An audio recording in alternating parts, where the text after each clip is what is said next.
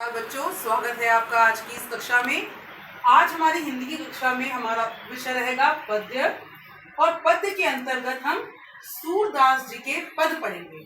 इससे पहली कक्षा में बच्चों हम लोग सूरदास जी की जीवनी का अध्ययन कर चुके हैं और ये जान चुके हैं कि सूरदास जी भक्ति काल की सगुण भक्ति धारा में जो दो शाखाएं हुई हैं, कृष्ण भक्ति शाखा और राम भक्ति शाखा, उसमें से कृष्ण भक्ति शाखा के प्रतिनिधि कवि हैं। उनके सारे पद भगवान श्री कृष्ण के चरणों में समर्पित हैं।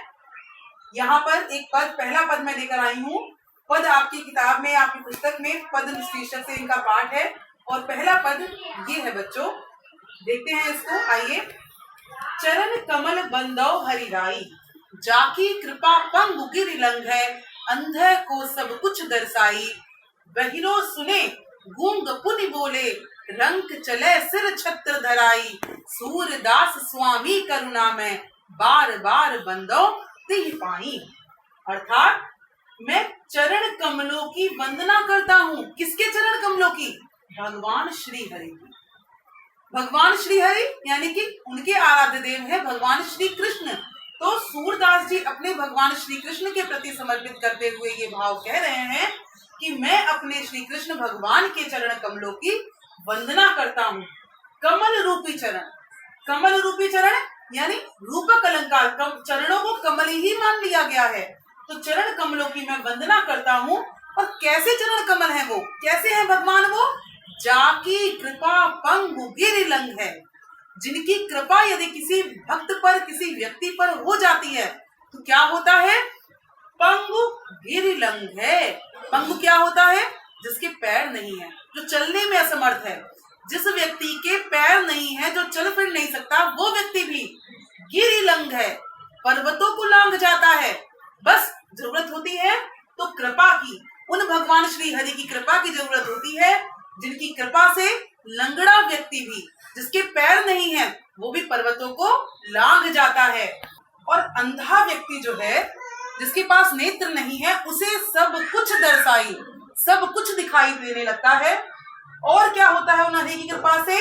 बहिरो सुने, जिस व्यक्ति के पास कान नहीं है, जो बहरा है, जिसको सुनाई नहीं पड़ता है, वो बहरा व्यक्ति भी उन हरि की कृपा यदि हो जाती है तो उसे भी सब कुछ सुनाई पड़ने लगता है। और गूंग पुनि बोले, गूंगा व्यक्ति दोबारा बोलने लगता है। जिसके मुंह में बोलने की शक्ति नहीं है, वो व्यक्ति भी अच्छे से अच्छे वाक्यों को बोलना शुरू कर देता है। और रंक चले सिर छत्र धराई, इसके अतिरिक्त जो रंक है, रंक यानी जो अत्यंत निर्धन है, राजा का विलोम क्या होता है? रंक। जो बिल्कुल जिसके धनहीन है, वो व्यक्ति कैसे चलता है? सिर छत्र धराई, सर पर छाता रखवा कर चलने लगता है। जो कार्य राजा के लिए होता है बच्चों, यदि उन हरि की कृपा हो जाए तो रंक व्यक्ति, निर्धन से निर्धन व्यक्ति भी ऐसे चलता है सड़क पर कि लोग उसके ऊपर छाता लगाकर चलते हैं। बस आवश्यकता होती है तो सिर्फ उन चरण कमलों की कृपा की, उन हरि की कृपा की। और सूरदास स्वामी करुणा में, बार बार बंदौ तिह पाई। इसीलिए सूरदास जी कहते हैं कि ऐसे करुणामय है मेरे स्वामी, ऐसे महान करुणा वाले मेरे स्वामी हैं, इसीलिए बार बार बंदौ तिह पाई। मैं बार बार, तिह माने उनके, पाई माने पैरों की वंदना करता हूँ। मैं बार बार उनके पैरों की, उनके चरणों की वंदना करता हूँ, क्योंकि उन्हीं के चरणों में ही स्वर्ग छिपा हुआ है बच्चों। उन्हीं के चरणों का अगर ये ध्यान करेंगे, हम सब ध्यान करेंगे, उनकी वंदना करेंगे, तो असंभव कार्य भी हमारे लिए संभव हो जाएंगे। ऐसी भावना सूरदास जी की इस पद में दृष्टिगोचर होती है। तो आप जब इसकी व्याख्या करेंगे बच्चों, तो आप संदर्भ बताएंगे कि प्रस्तुत पद्य खंड हमारी पाठ्य पुस्तक हिंदी के सूरदास जी के पद शीर्षक से लिया गया है। इसके अलावा आप इसके प्रसंग, इसका हेडिंग डालेंगे, प्रसंग में आप बताएंगे कि यहाँ पर भगवान के चरण कमलों की सूरदास जी ने अंतर्मन से बहुत ज्यादा वंदना की है। और ये बताया है कि हरि के चरण कमलों की वंदना से ही असंभव कार्य संभव होता है। और फिर उस बात को उदाहरण देकर सूरदास जी ने व्याख्या के रूप में सिद्ध करने का प्रयास किया है। और इस बात को आप व्याख्या शीर्षक के अंतर्गत लिखेंगे।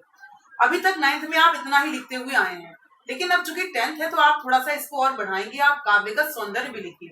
देखिए कितना सुंदर काव्यगत सौंदर्य की छटा हमें यहाँ देखने को मिल रही है। चरण कमल, उपमेय और उपमान में अभेदारोप, उपमेय में उपमान का अभेदारोप जहां पर होता है, जहां उपमेय को ही उपमान मान लिया जाता है, वहां पर रूपक अलंकार होता है। यहाँ पर उपमेय क्या है? कमल, और चरण क्या है? उपमान।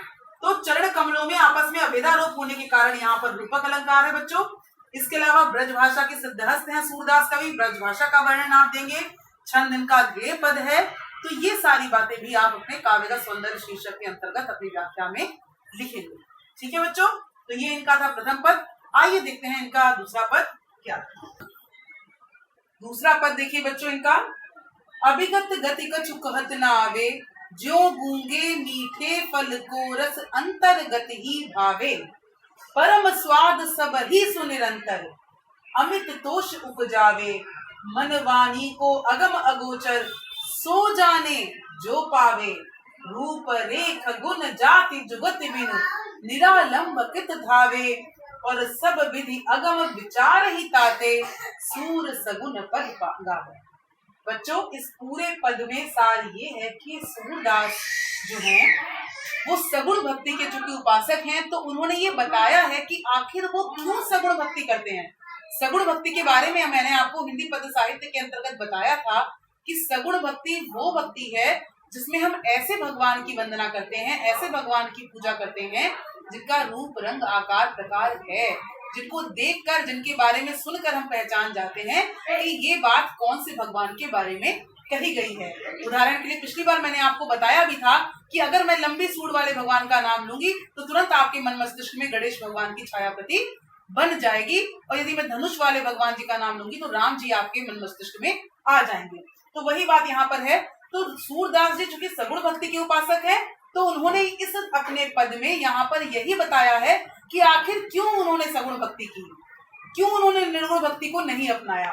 बहुत ध्यान से देखिएगा बच्चों, बहुत अच्छा पद है उनका, और निर्गुण भक्ति को भी ये बहुत अच्छे से यहाँ पर व्याख्यायित कर देता है। देखिएगा ध्यान से कि अभिगत गति कछु कहत न, उस अव्यक्त, उस अज्ञेय परमात्मा की गति को, जो परम ब्रह्म है, उसकी गति को कुछ कहत न आवे के बारे में बताते हुए कुछ कहते ही नहीं बनता है कि आखिर कैसे व्याख्या की जाए उस परम पिता की, कैसे बताया जाए कि वो परम शक्ति कौन है।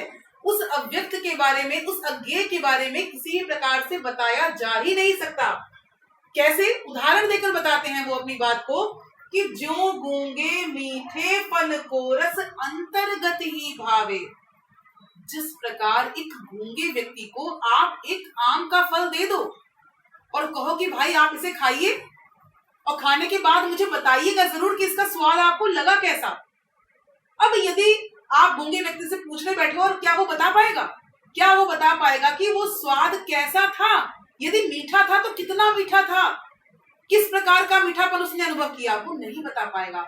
उस स्वाद का आनंद तो वो भरपूर लेगा, आनंदित होगा, भोग करेगा, किंतु उसका वर्णन, उसको बताना उसके लिए बिल्कुल असंभव होगा, वो बता ही नहीं सकता। ठीक उसी प्रकार वो अभिगत, वो अव्यक्त जो अज्ञेय परमात्मा है, उसके बारे में हम महसूस तो कर सकते हैं अगर हम उसके उपासक हैं तो, किंतु यदि कहा जाए कि हम उसका वर्णन करें, उसके बारे में बताएं कि वो कैसा है, तो ये बच्चों बिल्कुल असंभव है।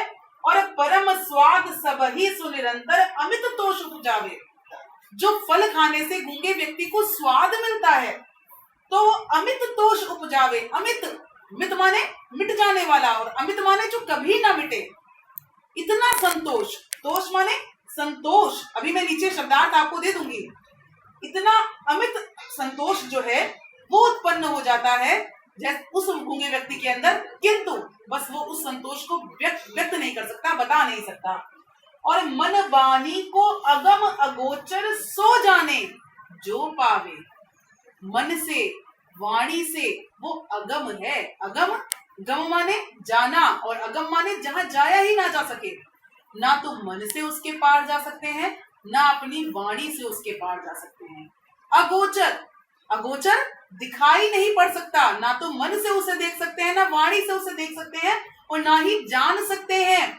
और सो जाने जो पावे, वही जानता है उसको जो पावे, जो उसको पा लेता है। जिसने उसको पा लिया, समझ लीजिए उसी ने उसको जाना। यदि मैं आपको बताने बैठ जाऊं कि वो परमात्मा परम ब्रह्म है कैसा, ना मैं बता सकती हूँ बच्चों और ना आप समझ सकते हैं। उसको तो केवल वही जानता है, सो जाने जो पावे, जो उसको प्राप्त कर लेता है। रूप रेख गुण जाति जुगत बिनु निरालंब कित धावे। अब देखिए सूरदास जी धीरे धीरे अपनी बात पर आ रहे हैं। क्या कह रहे हैं वो कि रूप, कोई रूप नहीं है उनका, किसी प्रकार से उनके रूप का वर्णन नहीं किया जा सकता। रेख, कोई ऐसी रेखा नहीं है जिसके आधार पर बता सके कि ये भाई इस प्रकार के हैं भगवान। गुण, कोई ऐसा गुण विशिष्ट नहीं है जो उस जो अलौकिक शक्ति है उसको प्रकट कर सके, उसके बारे में बता सके। जाति, कोई जाति नहीं है कि ये हिंदू के देवता है या ये मुस्लिम के देवता है। हर प्रकार के जाति धर्म से परे है वो परम शक्ति। और जुगति, कोई बच्चों ऐसी युक्ति भी नहीं है डायरेक्ट की साक्षात ऐसी युक्ति हो कि किसी युक्ति का भाई प्रयोग करेंगे तो वो परम शक्ति मिल जाएगी, ऐसी कोई युक्ति नहीं है। और इन सब के बिना, जब जिसके पास जाने के लिए कोई युक्ति नहीं है, जिसकी कोई जाति गुण रूप रेखा कुछ नहीं है, तो सूरदास जी कहते हैं कि निरालंब कित धावे। निरालंब, आलंब माने होता है आधार और निरालंब माने बिना किसी आधार के, बिना किसी आश्रय के। कित धावे, कित माने कहाँ, धावे माने दौड़े, इधर उधर कहाँ दौड़े बिना किसी आश्रय के। जब हमें पता ही नहीं है कि हमें कहाँ जाना है तो ऐसे हम कहाँ जाएंगे। यदि हमें मालूम है कि हाँ हमें लखनऊ जाना है तो हम बाकायदा वही स्टेशन पे जाएंगे, लखनऊ जाने वाली ट्रेन में बैठेंगे और लखनऊ पहुंच जाएंगे। जब हमको पता ही नहीं है कि हमको जाना कहाँ है, हमको वहां जाने का मार्ग भी नहीं पता, तो और सड़क पर हम निकल गए, तो इस स्थिति में हम कहाँ पहुंचेंगे, कहाँ जाएं। तो सूरदास जी यही कहते हैं कि सब विधि अगम विचार ही तात सूर सगुन पद गावे।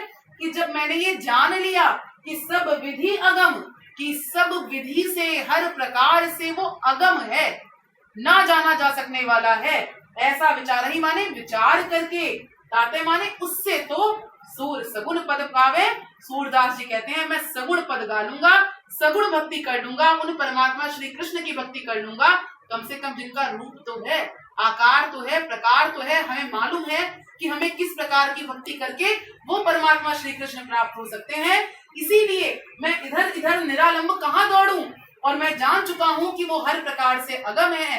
इसीलिए इन सबसे अच्छा है कि मैं निर्गुण भक्ति ना करूं और मैं सगुण पद गाऊं, सगुण भक्ति करूं, उन परमात्मा श्री कृष्ण का ध्यान करूं। ऐसा भाव यहाँ पर सूरदास जी ने व्यक्त किया है अपने भगवान, अपने आराध्य श्री कृष्ण के प्रति। आशा है आपको समझ में आया होगा। जिस प्रकार मैंने यहाँ से संप्रेषित करने का प्रयास किया है अपनी बात को, आशा है उसी रूप में आप तक संप्रेषित हुई होगी, आपने समझी होगी बच्चों। अभी इससे संबंधित प्रश्नोत्तर आगामी अभी कक्षा में आपसे किए जाएंगे। ध्यान से खूब समझ लीजिएगा बच्चों। इससे संबंधित शब्दार्थ भी आपको उपलब्ध करा दिए जाएंगे और पुनः पुनः इस बात को वीडियो को देखिएगा ताकि आपको ये अच्छे से आपके मन में बैठ जाए। तब तक के लिए धन्यवाद। स्वस्थ रहिए, घर पर रहिए।